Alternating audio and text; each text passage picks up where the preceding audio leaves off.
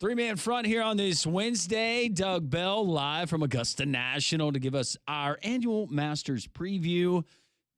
All of you have been asking for it. Well, you're going to get it. Doug is standing by. We're going to get to Doug momentarily. But first, I want to tell you about our friends at Crafts. Crafts, made by Alabamans right here, owned and operated by great Alabama people. But it's not just the great, delicious fried chicken that a lot of you know them for and those great chicken tenders. They've got everything. They got the stick to your ribs sides. You want to go with a salad or something light and refreshing when it's hot outside, like a cool wrap, you can do that. They got frozen cocktails, but they also have a great catering department and a great catering menu, but they also serve breakfast. It's right there, the newest location on Highway 280 in Mountain Brook off of Highway 280. It's right there before you get to the Hollywood Boulevard exit as you're going into Homewood or Mountain Brook. But you can go through the drive-thru in the morning. They got great options. You can go with anything with a chicken, egg, and cheese. You want to go sausage, you can do that. You can go bacon, bowls, burritos. They got wraps, and they got all kinds of other things. And they got chicken and waffle. Who doesn't like that? You want to change things up. Maybe you're catering, you're entertaining a group of business people. You're responsible for bringing the breakfast. Well, why bring the same old thing? Think of something fresh, made by Alabamians. It's Crafts. CraftsBHM.com. Right there. Check out that new beautiful store right there on 280, right before the Hollywood Boulevard exit. Get into Crafts today. Oh, it's an exciting time of the year because it's our first visit of 2026 with our main man. We want to talk golf. We call Doug Bell, and he is live right now on the scene in Augusta, Georgia, PGA Tour Radio. Also, you can see his work on CBS Sports HQ. Doug, I hope you're well. Happy New Year. Happy New Year to you guys. Great to be with you. I will say, guys, I'm not just saying this, but when I'm home, I spend half the year in Jupiter down in Florida, and then when I'm in Birmingham for football season, I listen to you guys all the time. Well, appreciate that, Doug. Thank you, Doug. Keep up the good work. No, I appreciate that. Appreciate that very much. Let's start with the conditions over there because I read the weather forecast about 20 minutes ago. I know it's windy today. I know it's potentially going to be a little bit windy tomorrow. But my goodness gracious, the golf gods are smiling big time in Augusta, Georgia over the next 4 days. Yeah, no doubt. And it's fun. Everybody's in shorts. I'm talking about the patrons and people like that. Most of the players are wearing wind shirts because it is a bit on the cool side, especially when you come out early in the morning. But no complaints. I mean, fellas, when it rains, it's like, oh, my gosh, is it really raining at the Masters? But that will not be in the forecast this week. But I will say this, Pat, with the wind blowing and the sun shining, the course is going to get very, very dry, and that plays a factor. Ultimately, when it gets dry and fast, it's more difficult as the week rolls on. So, you're talking about the winning score at the end. Will these guys get to double digits, 10, 11 under par? Maybe. I think this course is going to play that difficult over the next 4 days. Yeah, we were talking about Doug and just kind of previewing with the weather conditions and knowing that course and knowing those tabletop-like greens. What is your best guess as to the playing conditions and the stimp meter on those greens for the weekend? The Masters never tells you what the stimp meter reads. Sure. They just won't do that because I think they're just saying they're very dangerous. You got to be very, very careful. And here's the deal, and that's the thing, and you've heard it a million times, guys. Second shot golf course, you got to know where to put it on the greens, the right quadrant of these greens. And if you don't, the ball will either spin off or you're going to be facing just an extremely challenging putt. And three putts are obviously a problem for guys who haven't been over here. But the one thing that people don't realize, the greens are challenging, and they're sizzling fast. But when you go off the green just a few yards here or there, the lies are so tight, guys. I mean, it is so firm and so tight, even the best chippers in the world are challenged. And so that's the one thing that doesn't get talked about enough.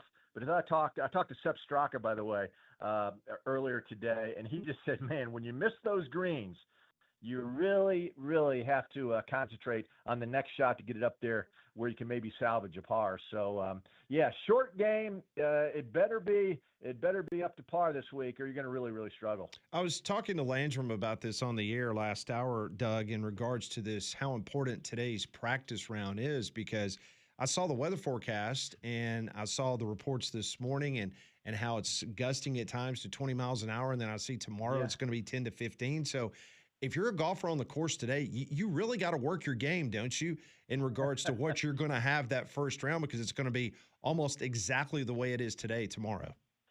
Yeah, no, good point, Pat. You're kind of experiencing, at least weather-wise, what the course will entail Thursday through Sunday, and that, yeah, good observation. Although you have to be off the course today by 2 o'clock because of the par three course, and they want to get the course ready. So listen, it's always a challenge.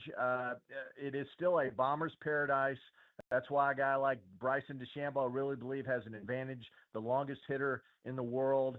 He'll go into these amazing greens that Landon described with lofted clubs, as opposed to maybe some of the shorter hitters who will not go into those greens with those kind of clubs. So that's an advantage. If you hit it long, hit high iron shots, and you guys hear it every year, it hasn't changed. We're now about to embark on our 90th edition of the Masters. Still the same, and we'll see what happens. You know, the thing with DeChambeau, who's finished top 10 the last 2 years, guys, he's putted very, very well around here and has a very underrated short game. So he has all the prerequisites. He checks all the boxes, and we'll see what happens as the week unfolds. But, yeah, Pat, you're right. The wind will be a factor. It'll be whistling through the pines, as they say here at Augusta National. Yeah, Doug, I was telling Pat that I was watching on YouTube Bryson DeChambeau going and playing what they call Little Augusta, Texarkana, and some of the conditions there and the greens there, that they compare them to what you're going to see there at Augusta. I'm definitely dialed in on DeChambeau this week. No major overhauls that we get at Augusta. It is the Masters, but you get tweaks to the course. This year, number 17, I believe, a little bit of a tweak. Yeah, Landon, I know 11, 14, and 16, they redid all those three greens. And, you can't tell. But as the players will tell you, just when you think you have it figured out, you have a book on everything at Augusta. And we're talking about guys who've been around a lot. Suddenly you play 11, 14, and 16, and you're kind of like scratching your head. Wait a minute. That ball that used to break to the left now doesn't break to the left anymore. That's because it's a new green. So Augusta National never tells you. They're subtle about their changes. These guys are so good and the caddies are so good. They realize, like, hey, wait a minute. There's a little change here. And they did change the green a little bit at 17. But, by the naked eye, you can't really tell. But these guys can tell. And that's why the experience is such a huge factor. And a guy like Chris Gotterup, for example, who's one of the best players on the tour here early in the season, never played the Masters before. So how is he going to fare? First time embarking at Augusta National. I think he's going to struggle. Even though he's a great player, I just think until you know this place and understand the subtleties and experience the changes and have that book that I talked about, experience is such a big factor here. Doug Bell, PGA Tour Radio. Also, you can see his work there at CBS Sports HQ. He will be inside the ropes all week long there in Augusta, Georgia, joining us here on Three Man Front. So I'm going to ask you a question that I'm sure you hear people talk about it, and I just thought about it the other day. And you might say, Pat, that's the dumbest question that I've ever been asked, and that's fine. I'm noted to those at times. But my question is this. Let's take someone like Jon Rahm, which undoubtedly is one of the best golfers in the world. I am not trying to discount that Jon Rahm is not incredible. But here's my question. He's been playing on the LIV Golf Tour.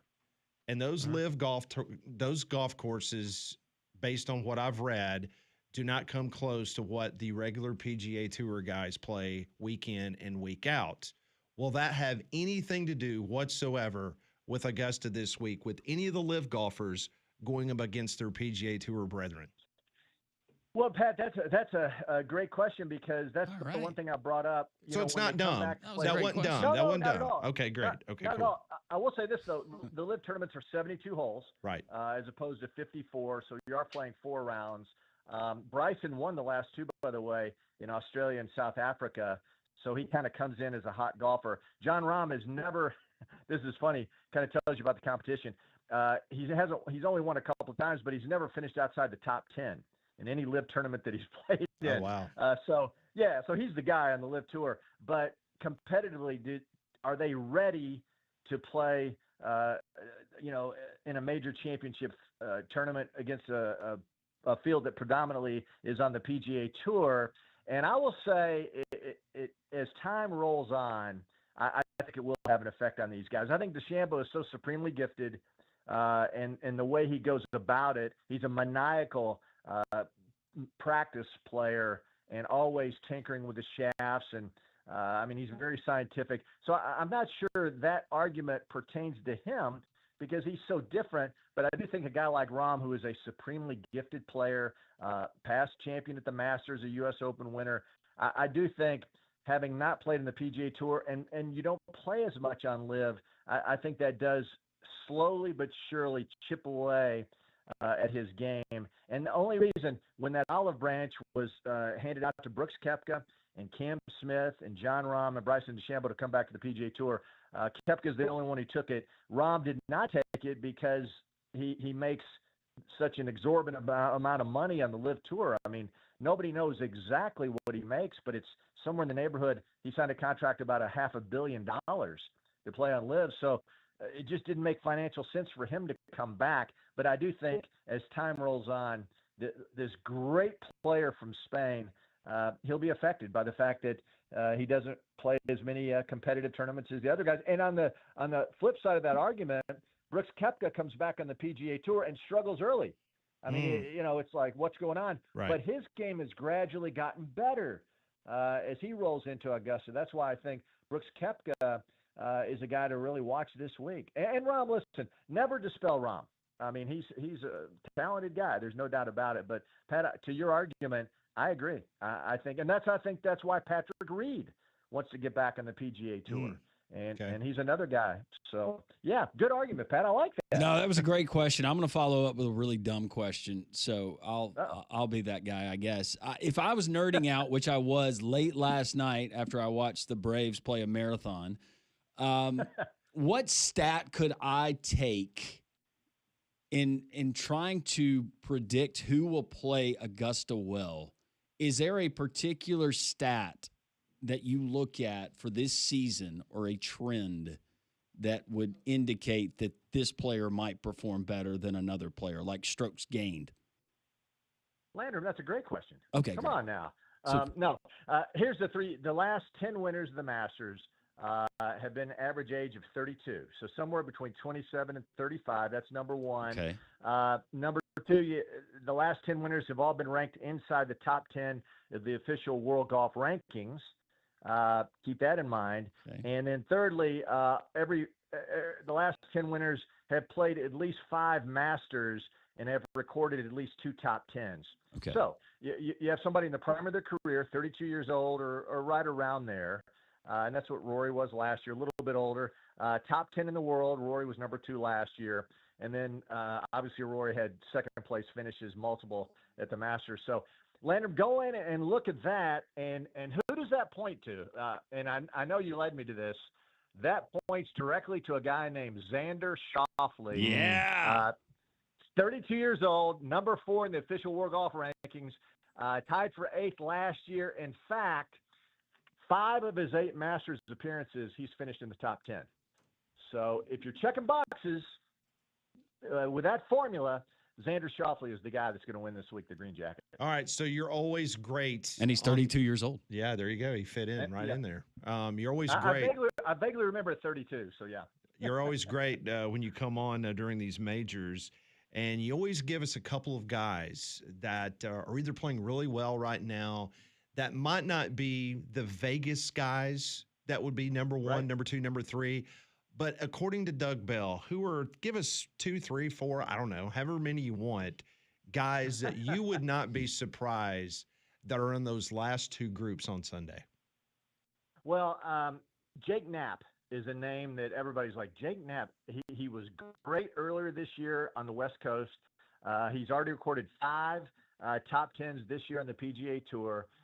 This will be a second Masters, so you're going against a little bit of that formula that we talked about with Xander Schauffele. He's only played twice, or this will be the second time, but he's currently 16th in the official World Golf Rankings, so he's on the cusp of being in the top 10, 31 years old, and a guy who he can hit it as long as he wants, and his short game is right up there among the best on the PGA Tour. If you check strokes gained around the greens, scrambling, etc. So remember the name of Jake Knapp. And last I checked, guys, he was like plus 7,000. So, I mean, you get really great odds with him.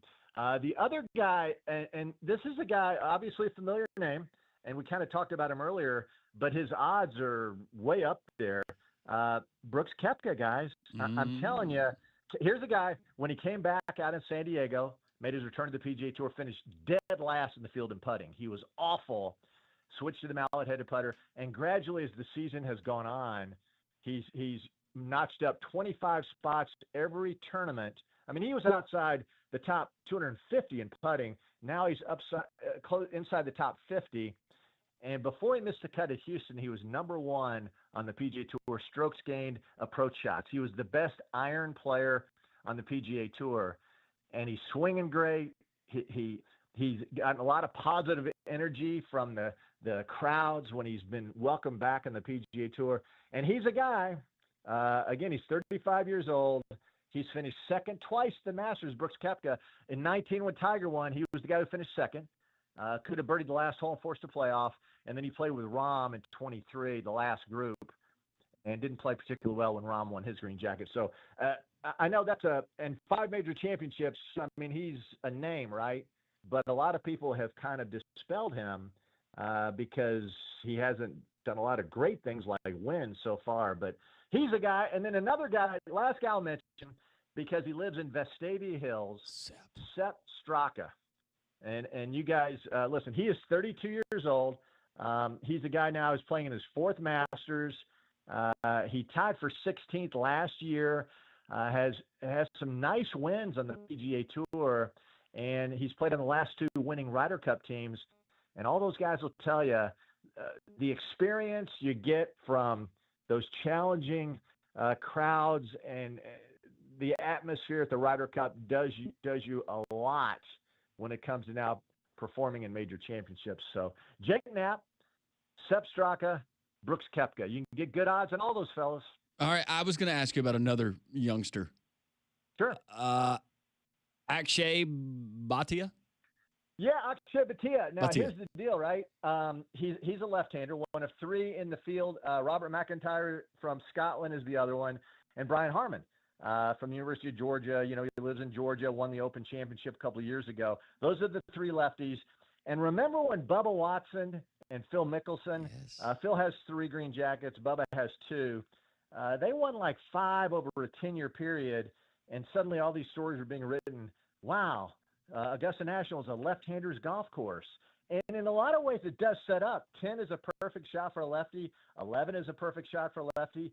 13, you hit a little cut shot off the dog leg left. That's perfect for a lefty. So it does set up for the southpaws. And Akshay Bhatia won the Arnold Palmer Invitational down at Bay Hill. Similar greens, super fast, super hard. I'm telling you, Landrum, that's a good bet. Akshay Bhatia, a young guy. And he beat back a really good field down at Arnie's place at Bay Hill. So, Sure no, not far-fetched at all. You got 3 lefties, and I think they're all kind of vying for who's the best left-hander in the world. And they all have an argument. But I would say those 3, I'd say Akshay probably is the best right now. That is Doug Bell, PGA Tour Radio, good friend of the program. You can also catch his work there at CBS Sports HQ. I think we'd be remiss if we didn't just ask, because he's a friend. If you can get a Masters gnome, we would appreciate one. You know, Leonard, somebody asked me that yesterday. It was so funny, and I said, "Well, does that mean I have to stand in line?"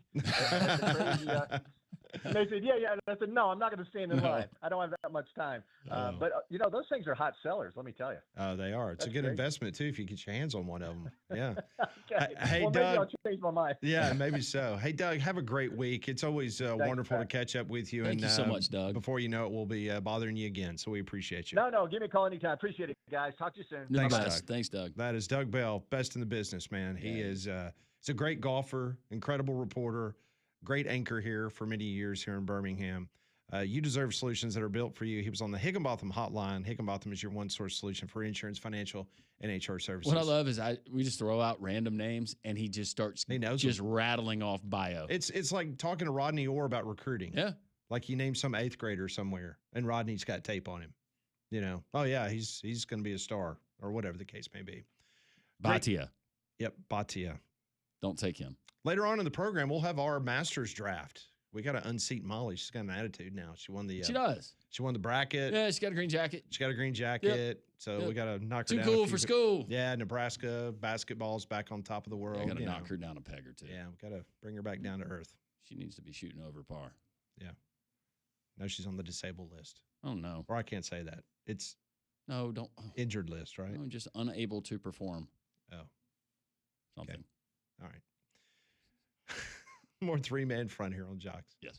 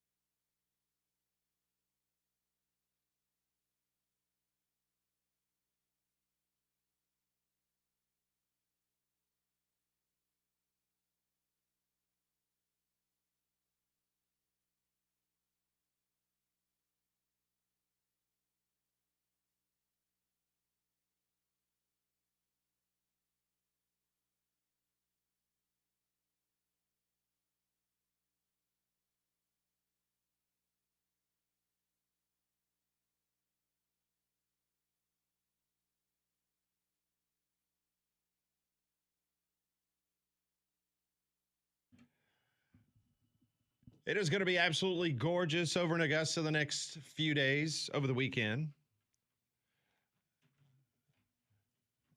I can just listen to that for the next 3.5 hours. So nice. I don't even need Jim Nance. Just give me that. So is he getting us a gnome or not? What was the end of the? He's not waiting in line. You would think he's been there enough that we could kind of like. I'm not bashful, and I ask in a kind of joking way, but it is also to plant a seed in You're Doug's being passive mind. aggressive. Yeah, it's That's to what plant you a were seed doing. in Doug's mind. Hey, there's one that happens to be there. You're going to be there all week long. You know the movers and the shakers there. Molly knows someone that's over there right now. Did they get a gnome? I don't know. I'll have to ask. Are you getting your sweatshirt? I think so. That's I texted nice. her. That's good. But I did post the whole thing about the 2016 gnome yesterday on our socials, and I can't remember. Maybe it was on Twitter. But someone posted a photo of their 2016 gnome sitting in their yard. Are you kidding me? But it in was their like yard? Yeah. In their yard? It was like this thing. Oh no! I'll have to send it to you guys. You need to get that thing out of your yard. Well, it's clearly it's been sitting in the yard for like the past decade because it has some sun damage. I'll and take some... yard worn 2016 Masters gnome. Yeah, I'll show you guys. Hold on. I mean, some of them on Sports Collectibles are going for $10,000. Now, is this the same rule that applies to every other collectible? In the box, unopened?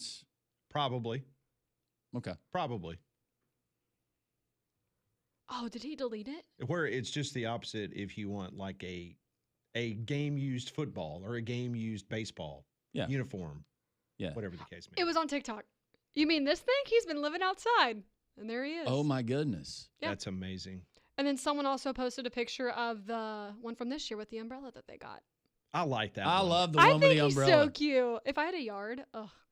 I love a bobblehead with a prop, Mm-hmm. like a bat. Do you know where I like a gnome with an umbrella, apparently. Do you know where the International Bobblehead Hall of Fame is? I have gone. Is it next to the Bowling Hall of Fame across from Busch Stadium? No, it is not. Oh, where is it? But that is a good guess. It is in Marlins Park. Huh. Inside the stadium of the Miami Marlins. That would be a place for the bobblehead. It's pretty impressive because every year, I mean, you think about all the giveaways that all the Major League Baseball teams have. And so their goal is to have every bobblehead that every Major League Baseball team tries to promote in every season. So every team will send down a copy of whatever bobblehead promotion they have to the Miami Marlins, and it goes in their International Bobblehead Museum. Well, and that makes sense because we'll go over in the Atlanta Braves because we're an affiliate. They'll have an affiliates weekend and for the affiliates and those in attendance, they will always have some parting gifts. And bobbleheads are always included, and it's multiple bobbleheads that they've had or are going to have for promotions and I enjoy it. It's nice because it's all Braves players. I got a little collection downstairs. It's not weird. It's not out on our mantle in our living room. I was about to say, is it like Jobu? No, it's like. Do you talk to Jobu? No, it's in its area. It's appropriate where it is in my sports room. But yeah, I got that. Got a Michael Harris. I've never had a mini bobblehead, but there's a Michael Harris giveaway promotion. I think it's the Sunday that they play the Phillies, where it's a mini bobblehead. Yeah. Well, yeah, we did a mini bobblehead for Paul Feinbaum back in the day. Okay. So just a smaller. It's, I guess, about that big. Okay. What is that, 4 inches? 3 inches? Well, if he hits better, he'll get a big one. Guess so. Coming up next, the voice of the Alabama Crimson Tide, Chris Stewart, will join the program. His final weekly visit until we get into football season, brought to you by Craneworks.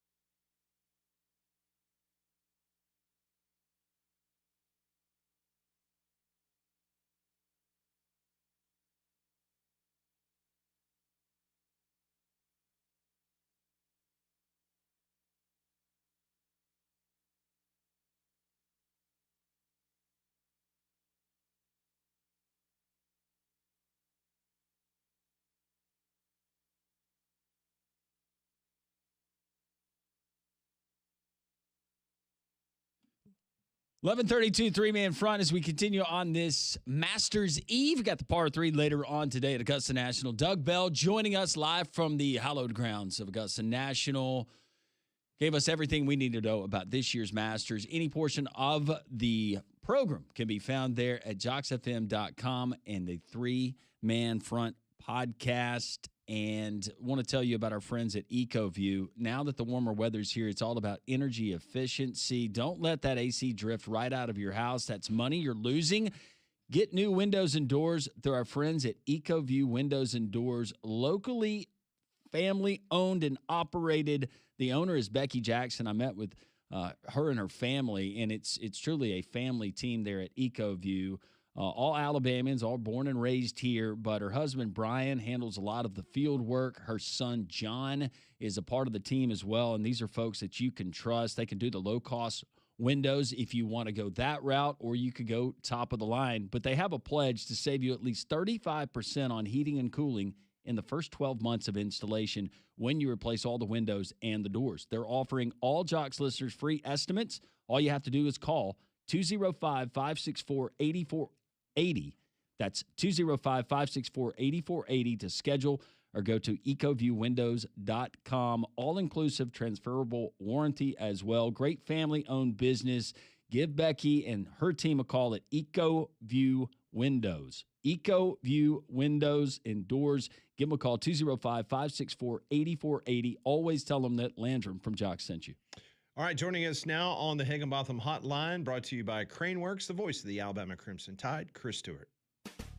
Lift it, load it, grade it, grind it, move it, haul it, rig it, dig it, Craneworks, Rentalworks, yeah, the big dog's got it. Crimson Tide Network's Chris Stewart on Three Man Front is brought to you by Craneworks. Lift it, buy it, rent it. The big dog's got it. And now, Chris Stewart. Chris joins us on the Higginbotham Hotline. Chris, I hope you're doing well on this beautiful Wednesday. I am. You guys talking Augusta, and I'm the Masters, and I'll look forward to catching the par 3 stuff, if not live, then on replay later tonight, and sitting out here at my home looking out on a gorgeous day and a really nice view at Bent Brook. So it's a good day. I'm looking forward to visiting with you guys, and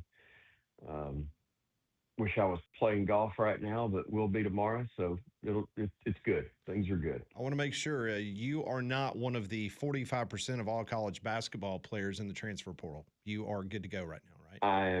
I have decided to return for my 25th season. Awesome. Next year. Put out the graphic. Alabama basketball. Where's your graphic? And that only makes me, I think, the 5th longest tenured player that's in the portal, or not in the portal, whatever that is. Now, hold on, Chris. You mean to tell us that you're not going to have to go and get a court order for you to come back to play at Alabama next year?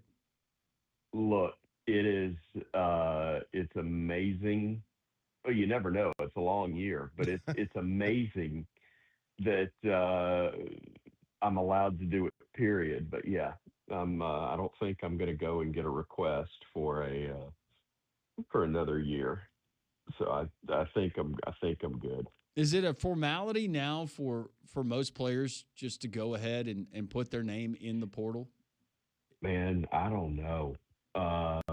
You guys said what, 45? 45%. 45%, Chris, of all college basketball players as of this morning, they're technically in the transfer. Do they view that? I mean, I know we're all just speculating and trying to answer for all of these guys, these young people, but are they doing it just from a leverage standpoint in some cases? I honestly don't know, guys. I hadn't, I haven't talked to Nate or the staff about this because I know, first of all, they're up to their eyeballs and trying to keep everything intact or recruit or they're all tied up with this. So this is not a time where I'm going to talk philosophical stuff, but it's a great question. I will ask. And also I think amazing how quickly it changes. Because you said what, 45% now? Yes. Mm-hmm. I think it was either yesterday or 2 days ago that I heard it was basically 35% on the men's side, and it was more than 50% on the women. Oh, wow. Or vice. I mean, and I may have that. I don't guess I would have that flipped, given that it's at 45. But it's just crazy, the numbers uh, that are out there. Because I think a year ago I saw where it was basically 30 to 35% of the guys that did go in the portal did not get scholarships, like did not get offers. Of the ones that went, um, you got a third of them that wind up out of luck. So you know, it's a gamble, and I don't think that's the part that they're realizing. I don't think that's the part they're coming to grips with. So let me ask you in particular, and these are names that are reportedly in the transfer portal. Aiden Sherrill, does that one surprise you? I know he had a really great breakout season. I know he's a wanted commodity. What is your feelings about him? Currently, he's the 18th best transfer via ESPN. Guys, and I'm not trying to just brush it off, but none of them surprise me anymore. They just don't. I mean, uh, he's a really talented guy that I would be shocked if Alabama did not want him back. Sometimes guys go in the portal, and that's because schools don't want them anymore. I'd be shocked if that was Alabama's case. Um, really well respected, obviously, did a tremendous job last year, um, because didn't have a lot of help around him among, as far as bigs are concerned. But at the same time, man, his system is so perfect for him. Our Alabama system, I think, is so perfect for him. Uh, it can't be that he wants more touches, because he got to shoot it from deep. He got to play around the rim. Stuff, obviously moves through him. He could showcase everything in Alabama. So I don't know. Again, he's from Detroit. I think he played, like so many of the guys, he played high school ball away from home. I think it was prolific prep. So these guys bounce around before they ever get to college. So it shouldn't be surprising that they do bounce around in college, especially when the rules allow them to do so. As you've been able to digest this entire basketball season, now that it's come to an end, what were some of the biggest takeaways? It could be competition wise, it could be flow of the game, new things that we saw this year that maybe were new to you from your standpoint there being courtside. I don't know that I saw anything, certainly not relative to Alabama. It looked like Nate Oates teams. The game as a whole, I think there's a little more of the up tempo style, which is good. Um, I think from a fan perspective, players like it. Shows again that Nate was ahead of the curve in that regard. But to me, the biggest thing is Michigan wins a national championship. They were a terrific team. And wasn't this the first time that all five starters were transfers? Correct. That, from another program, which I think is just a bright, shining example of what the game is now. In guys that, if you stay 2 years, it's why, Latrell Wrightsell, I think, was looked at and so highly regarded at Alabama, 3 years in the system, but three's about all you're going to get now. Same prior to that with Mark Sears. Now, obviously, with what all Mark accomplished, and um, you know what a Sweet 16, #1 national seed is for his first year in Tuscaloosa, um, followed by a Final Four and then an Elite Eight in his last. Those are um, those are pretty amazing accomplishments and accolades. And staying 3 years now is going to be incredibly rare for guys that are impact players. Um, Namari Burnett stayed at Michigan for his last 3 years, Hmm. and after starting at Texas Tech and then a year at Alabama, um, but man, a lot of respect for him because after they go sit, I think he was the only guy that didn't transfer out when Dusty May came in. He may have been the only one that actually stayed. And, obviously I wish they'd lost in the Sweet 16, but I have a lot of respect and really like Namari, his time in Tuscaloosa, and for him to get to finish it out, to go from 6-25 his first year there to a national title. Um, if it wasn't Bama, then I am definitely happy for him that type thing happened. I think 3 years is now going to be what we used to look at as 5 at a place. The math is just very, very different. And speaking of that math, because now there is a blueprint, what happened with Phylon coming back for Alabama, he is going to be Hmm. potentially a lottery pick. And that leads to my next question about Amari Allen, because I would think that Yeah. if there's a blueprint or an example of how someone could stay at a place and improve their draft stock, and I saw a mock draft this morning where Amari Allen is currently number 22 in an NBA mock draft. I mean, that's obviously really high. That's really good in the first round. But my question is, do you believe that someone like that will have that opportunity because of what happened with Feinland, that he's more likely to come back to Alabama next year? I think it certainly helps the case. Right. And when you're laying out a plan for somebody, uh, hey, here's where you are. We used to have these end of the year evaluations. I don't know how much of those actually take place anymore, guys, because of, just the way things work and guys going in the portal. And I'm not saying this has happened at Alabama with guys that were on the roster for this season. I'm just saying it happens around. You get people contacted in the middle of the season for the next year. I mean, there is no period where it stops. Um, I don't know if that's legal. I don't know if it's right, but I know that there's concern that it happens.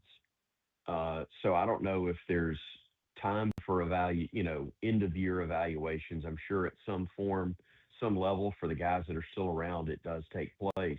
But I've got to think that Nate and the staff are laying out exactly the details of what the numbers are going to look like for LeBaron now as opposed to LeBaron 12 months ago. Because while we thought he was going to be a first round pick, there was no guarantee with it. And we've seen plenty of times where guys have gone too early and things could have been very, very different for them if they just had the patience to stick around, work another year. And now that you can make money while you're doing that, and probably better money, definitely with better travel, better training, better nutrition, all of the things that come with playing at a high level Division I program like Alabama's. That's one of the things that hurt Charles Bediako is that when Charles came back, he was not, even for the brief period that he was there, it was evident that his game, while it was good, it had not gone to another level because you're basically on your own when you're in the G League. You don't have anywhere near the facilities and the training opportunities and the developmental opportunities that you have at a place like Alabama. So, Charles would have definitely helped his cause had he stuck around and for another year. And I think absolutely Amari will will be in the same boat. And you're right. LeBaron is a prime example. Is going to be here soon in the draft, showing what another year in that system and with everything around you from a support staff standpoint can help that look like. He is the voice of the Alabama Crimson Tide, Chris Stewart, and he's presented by our friends at Craneworks. And Chris, I know that there's probably a lot of wives in our listening audience that are going to need the services of Craneworks, whether it's a tower crane or maybe a forklift to get their husbands off the couch this weekend, watching all of that great Masters golf action.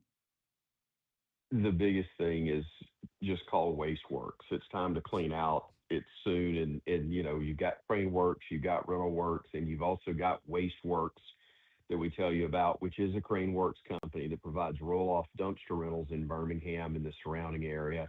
They got a range of sizes, fast service. They're your local dumpster rentals source. Visit wasteworksusa.com to get a quote today. Chris, enjoy the golf, enjoy the time, enjoy this great weather that the Lord has given us. And A-Day Saturday, too. Saturday. Yeah, you're exactly right. Beautiful, but A-Day Saturday, going to enjoy that as well. So excited about all of it, guys. Thank you. Appreciate, always enjoy being on with you. We appreciate you, my friend. Thank you. That is Chris Stewart, voice of the Alabama Crimson Tide, presented by our friends at Craneworks on the Higginbotham Hotline. You deserve solutions that are built for you. Higginbotham's your one-source solution for insurance, financial, and HR services. Do something about that tree before it falls on your house. You need to call Golston Tree Service, 205-337-4443. Golston Tree Service handles little jobs like trimming hedges to shaping the trees, hazardous jobs like line clearance, big jobs like complete tree removals. With cranes, they grind the stump and roots out. They haul it off to the last twig. Complete removal. Bucket trucks make it easy for them. They also offer spikeless climbing, makes it easy on your trees. So like you, they care about what your tree looks like when they're done. Get started today. Call for a free estimate. Golston Tree Service, 205-337-4443. And as always, don't forget their 24-hour emergency tree service. Golston Tree Service, 205-337-4443. Awesome. Interesting college basketball transfer portal news. We'll tell you what it is next on Three Man Front.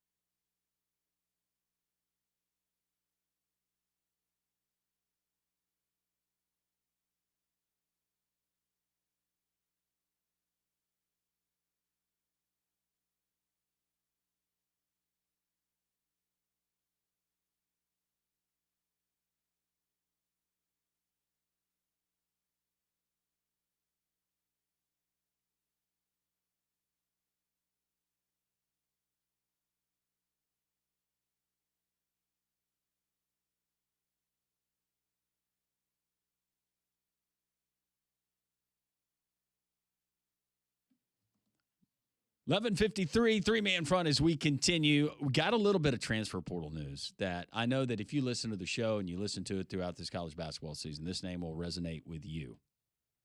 Oh, yeah. Jizzle James, once a proud Cincinnati Bearcat, rated as a 4-star Pat by On3 in their transfer portal services. Jizzle James, all 6'2" of him, in the portal. We're trying to land him in the SEC where it just means more. So not just 5.5 foot of him, all 6'2".